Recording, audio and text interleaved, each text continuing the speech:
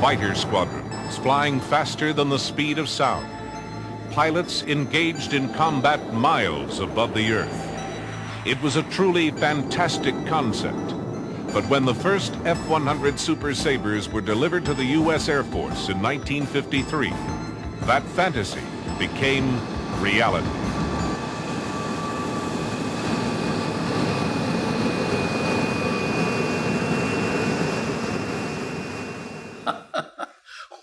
When I got the message from the Super Sabre Society, I couldn't think of anything that would give me more pleasure for $5,000 than a ride in that airplane. It's been 47 years since I sat in that machine, and I think the pictures will show that I've aged more than it has. I've just thought about it for years. It's just, I'll just say, oh, I just like to do it one more time, you know. And this opportunity came up, so I jumped at it.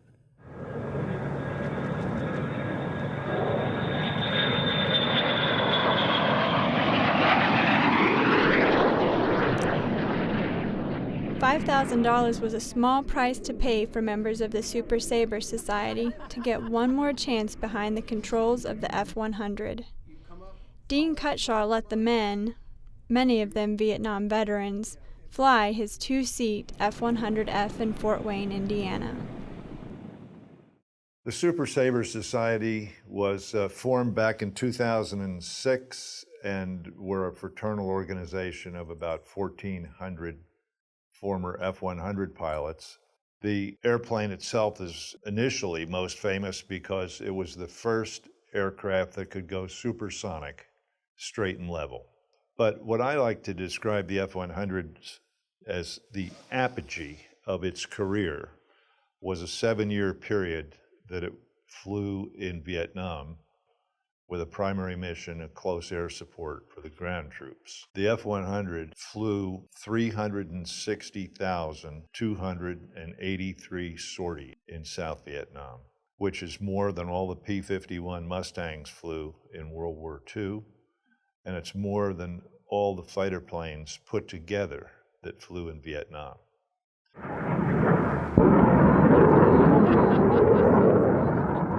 We like to think we're different. I mean, obviously, everyone loves an airplane, but to be a Hun driver then was really, really something special. I mean, it was, again, you had to be on the top of your game. The guys that were brand new in this airplane in the 50s, many of them were killed by adverse yaw. Most of them in the final, base to final turn, right? You fly an airplane, you use aileron. Well, you don't turn an F-100 with aileron, you turn an F-100 with rudder. And not only was that a killer in the base to final turn, but it was overweight and underpowered. So the famous saber dance, you know, if you got slow on final approach, you were done. I mean, you died.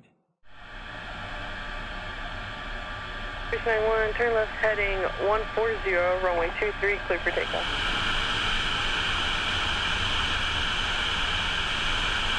Airspeed is alive. Number 1, trail squawk, standby. Speed checks, bring up the nose just slightly. There we go. It'll fly. Gears coming up. It was awesome.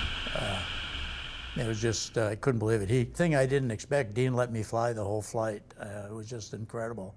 We taxied, he even had me taxied out to the runway, which I'd never taxied from the back seat of an F before. So, you know, you're trying to see where you're going because you got a headrest in front of you. And we got out there and feel that burner light, first time in many years. Like I'd never been gone.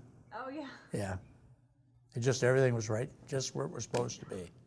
You know, and it just, this still has all the old dials and everything, just like it always was. Memories weren't the only thing Ed brought with him for the flight. He brought a memento that his wife had made for him decades before, a scarf or good luck charm that he wore on every mission, one that he wanted to wear on this last flight. Guys One day we were going out to fly and I'd forgotten it. And I got out to the airplane and I thought, oh crap, I don't have my scarf. So I quick grabbed the Jeep and went back and got it. Yeah, it was almost like it had been very bad mojo if I hadn't. Yeah. No, it was just a fantastic experience. It was just, very, very happy and feel very privileged to have been able to do it. District 5135, full intact, continue inbound traffic, holding in position on runway 5 and F-100. Incredible.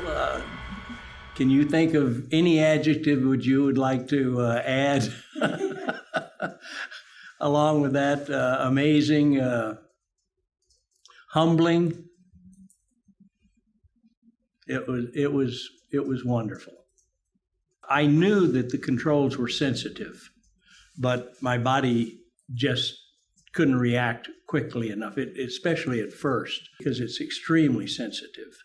And I just didn't remember, or my body didn't remember how to correct quickly. But Dean said that I recovered fairly rapidly, and he said I did a good job. So, and of course, I'm sure he says that to everybody, but it made me feel better. When I was in the Special Forces, going through training in the early 60s, one of my best friends, he was a captain at the time, his name was John Sabatini. I had the unbelievable experience of being called off of the alert pad at Phuket on a mission to support a Special Forces group that was under siege right on the Cambodian border. And the ALO, Air Liaison Officer, right? He was embedded with this group. And so he had a UHF radio, and he was talking to us. We were a flight of 4. This voice comes up and says, "Dickie, is that you?"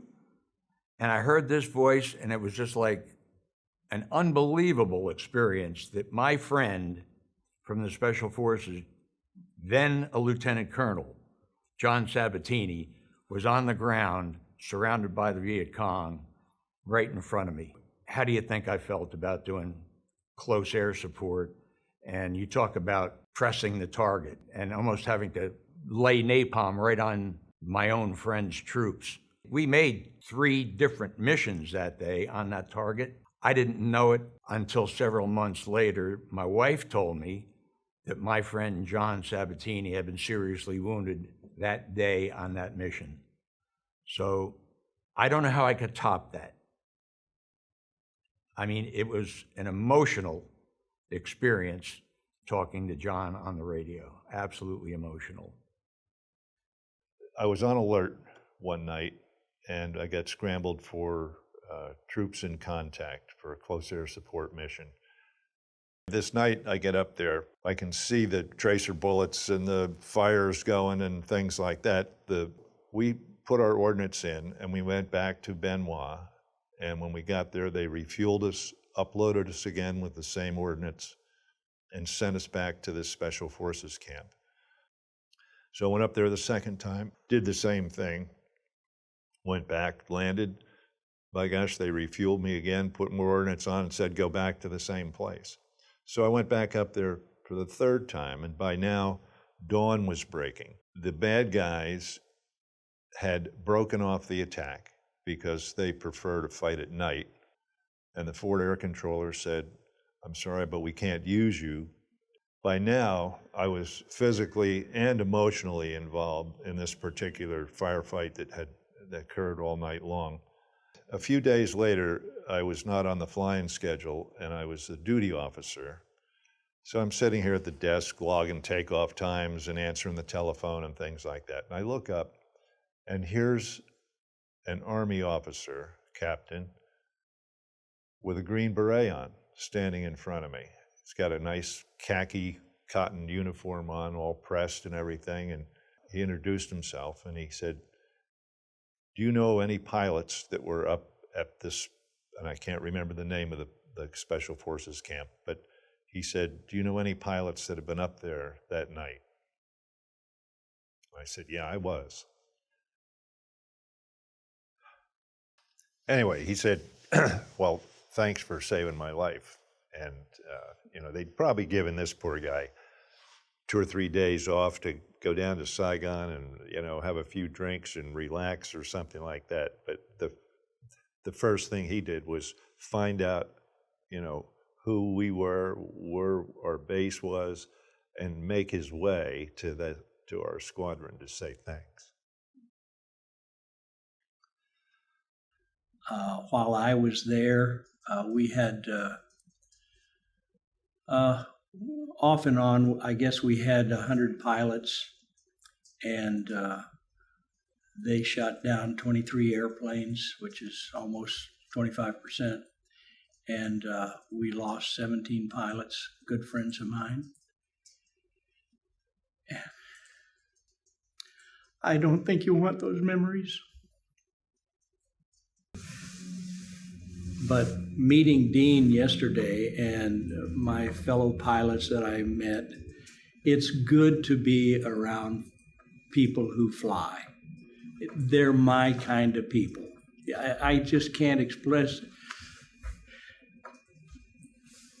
I'm at home again.